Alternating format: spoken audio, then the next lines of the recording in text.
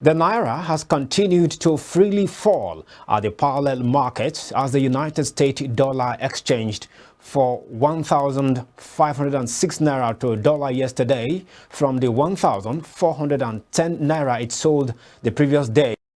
despite the release of $500 million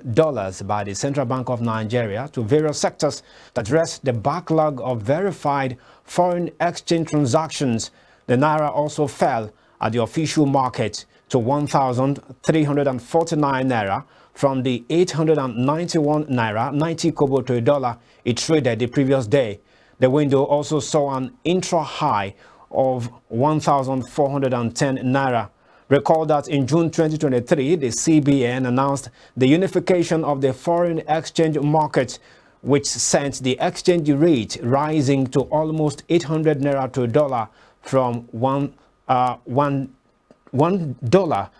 Naira to a dollar rather. The Naira has lost almost 200% of its value since the action of the CBN in June, despite multiple assurances by the CBN and the Federal Ministry of Finance to tackle the supply side of foreign exchange. Speaking during a panel session at the Nigeria Economic Summit in Abuja in October 2023, the Minister of Finance and Coordinating Minister of the Economy, Wale Edun, said the government has a line of sight of Forex inflows into the country in weeks rather than months. He explained that President Tinubu has signed an executive order that effectively allows under forbearance all the cash that is in the domestic economy to legally come into the formal money supply. And attention to the aviation sector now, as the International Civil Aviation Organization (ICAO) yesterday said that 521 new international air service agreements resulted from its most recent air services negotiation event, which was attended by over 700 participants representing 97 countries. According to a statement released yesterday by the ICAO, these represent record-breaking outcomes for this edition of the annual meeting, which was hosted by the General Authority of Civil Aviation of the Kingdom of Saudi Arabia in December 2023. In recognition of aviation's crucial role as a catalyst for sustainable development worldwide, the series was launched in 2008 to facilitate the initiation or renegotiation of the bilateral and multilateral state agreements that form the regulatory foundation of the modern civil aviation network. ICAO promotes several key priorities for states when supporting their air services negotiations, including liberalized market access for airlines, the removal of barriers to access wider capital markets, and relaxed nationality requirements for airlines ownership. Talking electricity now, as the Nigerian Electricity Regulatory Commission (NEC) has stated that the 11 electricity distribution companies DISCOs received 99.94 billion naira from its customers as revenue from the 133.3 billion naira worth of electricity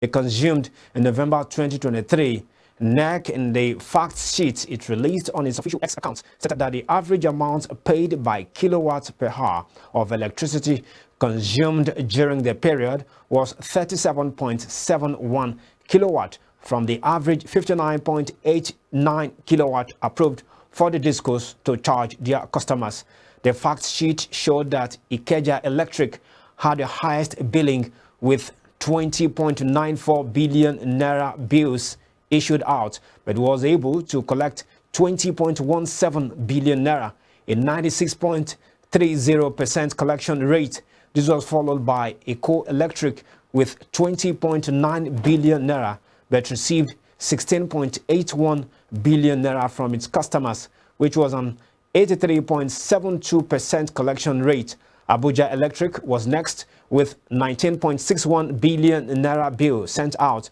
while 15.34 billion naira was paid, a 78.24% collection rate. Ibadan Electric followed with 15.69 billion naira bills sent out, while 11 billion naira was paid, 70 to 10% collection, with Benin sending out 10.92 billion naira bill but collecting 7.6 billion naira, a 69.68% rate. Enugu Electric also sent out 9.75 billion naira invoice, but only 8.5 billion naira was paid back, which is an 82.65% collection rate, while Port Harcourt Electric gave out 9.13 billion naira bill, but received 6.77 billion naira, a 74.22% collection rate, among others. And now the Small and Medium Enterprises Development Agency, SMEDAN, over the weekend in Abuja, trained and issued startup kits to 55 youth in the Federal Capital Territory to grow